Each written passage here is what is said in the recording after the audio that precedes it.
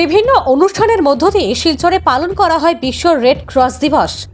বুধবার বিশ্ব red cross দিবস উপলক্ষে রেড ক্রস সোসাইটির পতাকা উত্তোলন করা সহ রেড ক্রসের প্রতিষ্ঠাতা এনটি ড্রোনালের প্রতিমূর্তিতে মাল্যদান ও পুষ্পার্ঘ্য প্রদান করেন বিধায়ক দীপায়ন চক্রবর্তী সহ Indian red cross society Silchar district ব্রাঞ্চের কর্মকর্তারা। পরে ইন্ডিয়ান রেড ক্রস সোসাইটির সদস্যরা শিলচর ন্যাশনাল হাইওয়ের পুলিশ ফাঁড়ির বিপরীতে রেড ক্রস দিবসের পালনের অঙ্গ হিসাবে নৌকা নিয়ে লঙ্কাইখাল সাফাইয়ে নামেন শিলচরের বিধায়ক দীপায়ন চক্রবর্তী সহ রেড ক্রস সোসাইটির অন্যান্য কর্মকর্তারা। তারপর সাংবাদিকদের মুখোমুখি হয়ে বিধায়ক দীপায়ন চক্রবর্তী বলেন, রেড ক্রস সোসাইটির হাসপাতাল এবং ব্লাড ব্যাংকের মাধ্যমে সর্বদা পরিষেবা দিয়ে থাকেন। তাছাড়া দুর্যোগ মোকাবিলা পরিস্থিতিতে মানুষের পাশে থাকে। করোনাকালীন বা বন্যার সময়েও রেড ক্রসের উল্লেখযোগ্য ভূমিকা রয়েছে বলে জানান বিধায়ক। তিনি বলেন, আজ বিশ্ব রেড ক্রস দিবস পালনের অঙ্গ হিসাবে শিলচর ন্যাশনাল হাইওয়ের পাশেই লঙ্কাই খালের 600 ফুট জায়গা সাফাই অভিযানে নেমেছেন তারা। এই 600 ফুট সাফাই অভিযানে যা ব্যয় হবে তা সম্পূর্ণ রেড ক্রস সোসাইটির তহবিল থেকে করা হবে। তিনি আরও বলেন, তিনি অত্যন্ত দুঃখিত, প্রবল বৃষ্টির ফলে শিলচর শহরের দুটি অংশ জলের নিচে ছিল। তখন তৃতীয় পর্যায়ের নির্বাচনের কাজের জন্য দলের নির্দেশে ডুবুরিতে ছিলেন তিনি। শিলচর শহরে জমা জলের সমস্যা দীর্ঘদিনের সমস্যা, কিন্তু আগের থেকে অনেক সমস্যা দূর হয়েছে আসামের মুখ্যমন্ত্রীর প্রচেষ্টায়। বর্তমানে দুজন কন্ট্রাক্টরের মাধ্যমে কাজ চলছে। তিনি আশাবাদী 2025-এর মার্চ মাসের মধ্যে সম্পূর্ণ কাজ শেষ হয়ে যাবে। আমরা সবাই অবগত আছি, red cross day, world red cross day ও রেড ক্রিসেন্ট ডে, এই উপলক্ষে আজকে Indian red cross society district branch শিলচরে আমরা প্রথমে রেড ক্রসের ফ্ল্যাগ উত্তোলন করি। এনটি ডোনাল্ড, যিনি রেড ক্রসের প্রতিষ্ঠাতা ছিলেন, ওনার জন্মদিনে বিশেষ করে রেড ক্রস ডে পালিত হয়। ওনার প্রতিকৃতিতে মাল্যদান করি। আর তার পরবর্তীকালে Indian red cross society district branch Silchar আজকে একটা কাজ হাতে নিয়েছে।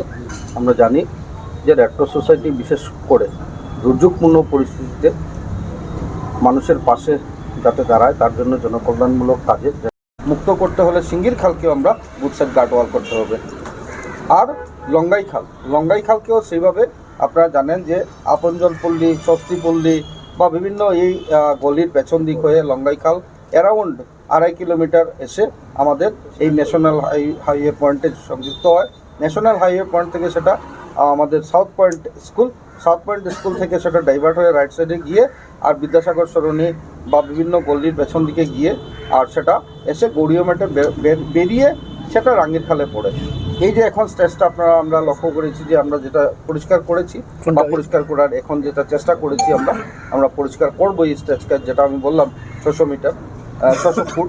তো এই স্টেজটা রাঙ্গির খাল গিয়ে এই সামনে গিয়ে যে ব্রিজটা রয়েছে, এই ব্রিজটা ক্রস করে গিয়ে সেটা লঙ্গাই খালের কথা বলছি, এটা লঙ্গাই খাল যে স্টেজটা আমরা পরিষ্কার করেছি। এই লঙ্গাই খালটা গড়িয়ামঠের সামনে বেরিয়ে এটা গিয়ে রাঙ্গির খালে পড়ে এই ওভারব্রিজ ক্রস করে লেফট হ্যান্ড সাইড।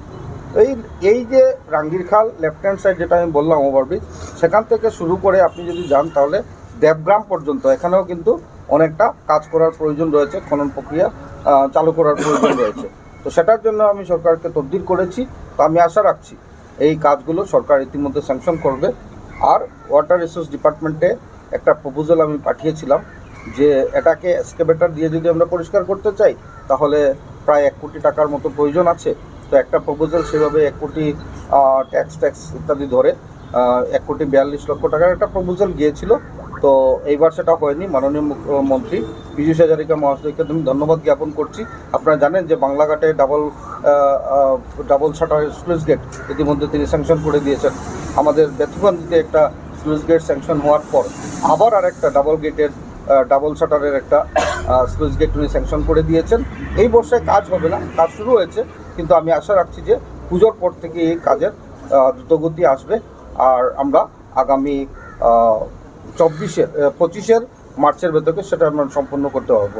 কিন্তু সেখানে দাঁড়িয়ে এই 1 কোটি টাকা হয়তো বা 1.5 কোটি টাকা এই নির্বাচন আসার পরবর্তীকালে কোড অফ কন্ডাক্ট লাগার জন্য সেটাকে আর তদবির করা যায়নি। আমি আশা রাখছি সেটা আমরা স্যাংশন পাবো, তাহলে পুজোর পরে এই কাজ আমরা ধরতে সক্ষম হবো।